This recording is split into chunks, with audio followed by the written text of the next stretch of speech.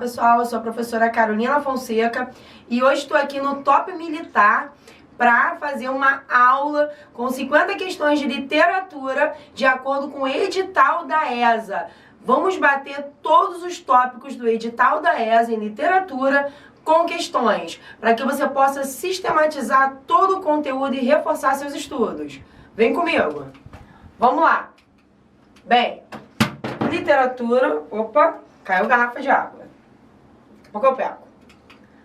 Bem, vamos começar a primeira questão sobre a literatura jesuíta dos primórdios de nossa história. Lembrando que o que marca o início da literatura brasileira? Justamente o descobrimento do Brasil, é o quintismo. Lembra disso? Então a nossa primeira questão vai ter a ver com isso.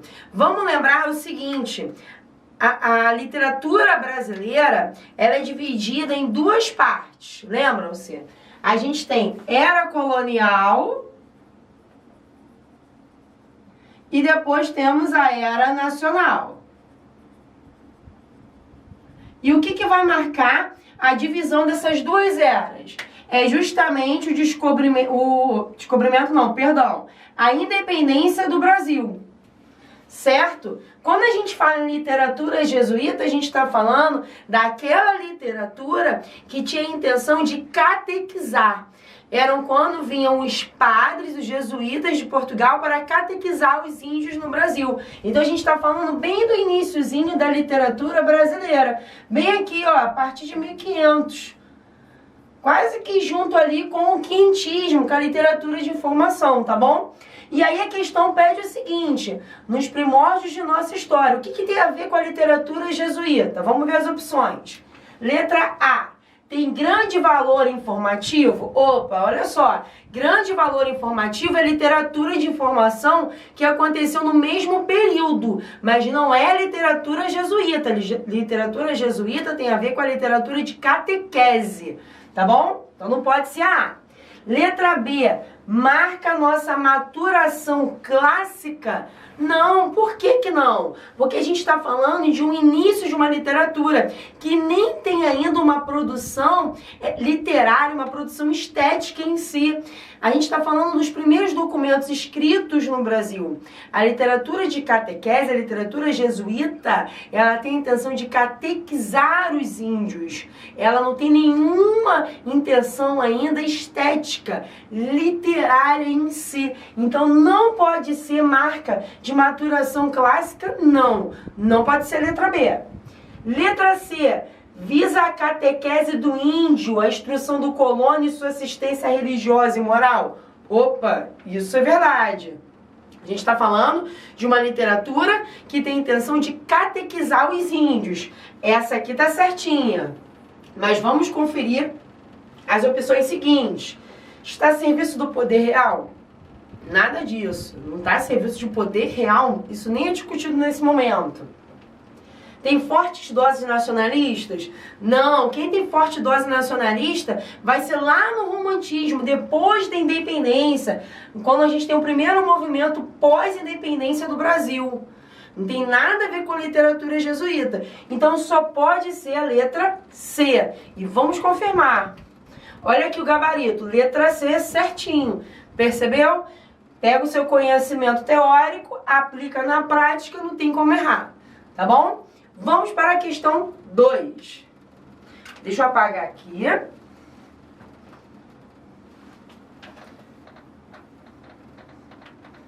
Questão 2. Sobre a literatura, gênero e estilos literários. Pode-se dizer que, lembrando que a questão dos gêneros literários, estilos literários na literatura brasileira vai aparecer nesses primeiros movimentos literários, tá? Bem, letra A.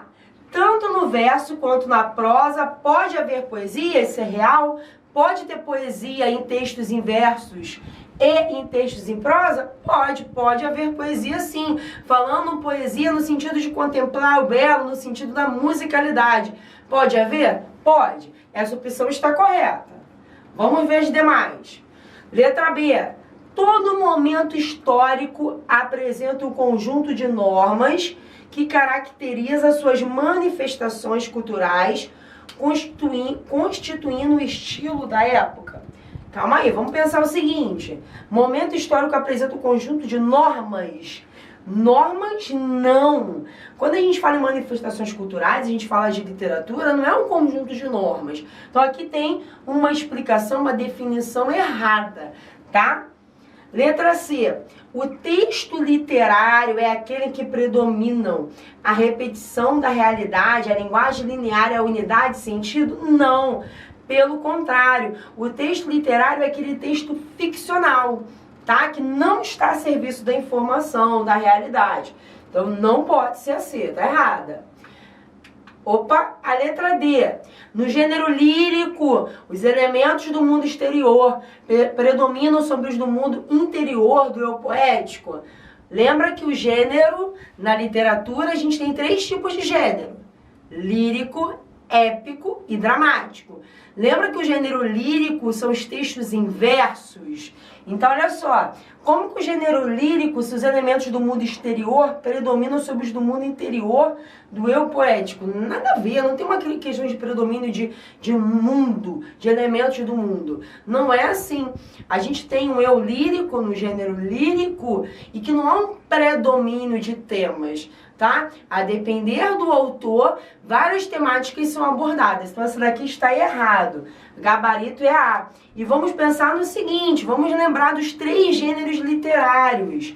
Quem são os 3 gêneros que eu acabei de dizer? Ó, a gente tem nos gêneros literários: lírico, textos escritos em versos; épico, que é a epopeia; e dramático, que é a peça de teatro. Epopeia ou épico é aquela narrativa em versos. Tudo bem? Continuando.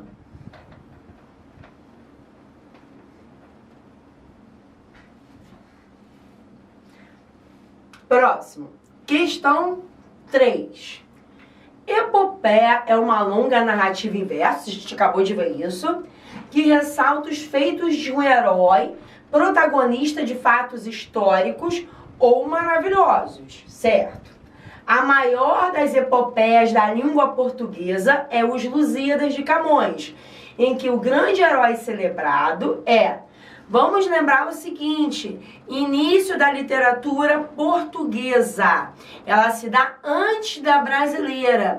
A literatura portuguesa, ela vai começar com o trovadorismo, que é as cantigas líricas, as cantigas satíricas. Depois do trovadorismo, a gente tem o humanismo. Depois do humanismo que tem as manifestações de Gil Vicente, o Alto da Barca do Inferno, que tem os autos, né? E as farsas. Você tem o classicismo. É no movimento do classicismo que a gente tem um grande autor de referência, que é Camões, tá bom? Em que ele escreve uma epopeia que vai falar sobre as conquistas do povo, né, da grande nação de Portugal. Essa epopeia, Os Lusíadas de Camões, ela vai narrar a história de Vasco da Gama, caminho das Índias, tá? E ele vai usar como desculpa essa narração, essa história, para poder fazer... contar a história do povo português, tá bom? Para sua prova da ESA, você precisa dessa obra? Claro que não. Você só precisa ter conhecimento desse movimento literário. Lembrando que para sua prova da ESA é essencial que você saiba 3 itens básicos. São 3 pilares que eu chamo de cada movimento literário. Você saiba o movimento, as características desse movimento, os autores envolvidos e as características principais das obras envolvidas. São 3 pilares que você facilmente, estudando, vai conseguir gabaritar as provas de literatura, tá bom? Então, pensando no que eu falei, nos Lusíadas, que é uma narrativa que vai contar a história de Vasco da Gama, caminho das Índias, quem é o grande herói celebrado É quem? É Diogo Álvares Correia? É Fernando de Magalhães? É o Gigante Adamastor? É Vasco da Gama ou é Cristóvão Colombo? Opa, o grande herói é o Vasco da Gama, como eu acabei de dizer pra você, tá? Então, a gente tem gabarito confirmando a letra D. Não tem nem o que discutir dos outros. O único aqui que vai aparecer na epopeia é o Gigante Adamastor, que é um episódio dos Lusíadas. O Gigante Adamastor, na verdade, é um episódio que vai falar de quando, durante a grande navegação, eles passam pelo Cabo das Tormentas. E aí o Gigante Adamastor seria como se fosse, falando rapidamente, um mar selvagem, um mar muito revolto, né? E aí eles nomeiam, personificam o mar. Seria mais ou menos assim, a grosso modo, brevemente falando, é isso. O Gigante Adamastor, ele aparece sim na epopeia, mas ele não é o grande herói. O grande herói celebrado é Vasco da Gama. Tudo bem? Vamos para a próxima questão. Questão 4. Presta atenção aí. A forma fixa caracterizada por versos heróicos ou alexandrinos dispostos em 2 quadras e 2 tercetos é chamada. Vamos pensar no seguinte. O que é forma fixa? É um poema que ele tem que, de cara, ter um formato prévio, tá? Esse formato prévio tem versos heróicos ou alexandrinos. Versos heróicos são versos de 10 sílabas. Alexandrinos de 12 sílabas, tá? Poéticas. Dispostos em 2 quadras e 2 tercetos. 2 quadras são 2 estrofes de 4 versos, que a gente também pode chamar de quarteto. E 2 estrofes de 3 versos, que a gente pode chamar de tercetos. Esse formato aqui é nada mais, nada menos do que um texto chamado, uma forma fixa, né, chamada de soneto, tá? E aí vamos procurar a resposta. Letra A, é o haikai? Não, o haikai é uma forma de versos de poesia escrita chinesa, se eu não me engano. Chinesa ou japonesa? É do Oriente. Oitava? Não. Oitava é versos em 8 sílabas poéticas. Soneto? Sim, acabamos de ver. É a 10ª? Não, nem a espinela. Já confirmamos que é o soneto, não tem nem o que discutir aqui, tá? E a gente confirma com gabarito que é a letra C. Tá vendo como é que é importante as questões de literatura, você ter conhecimento teórico e analisar o que a questão tá pedindo para depois você ir no gabarito e já achar exatamente a resposta correta? É assim que a gente faz e não tem erro. Você vai acertar todas as questões de literatura da sua prova da ESA.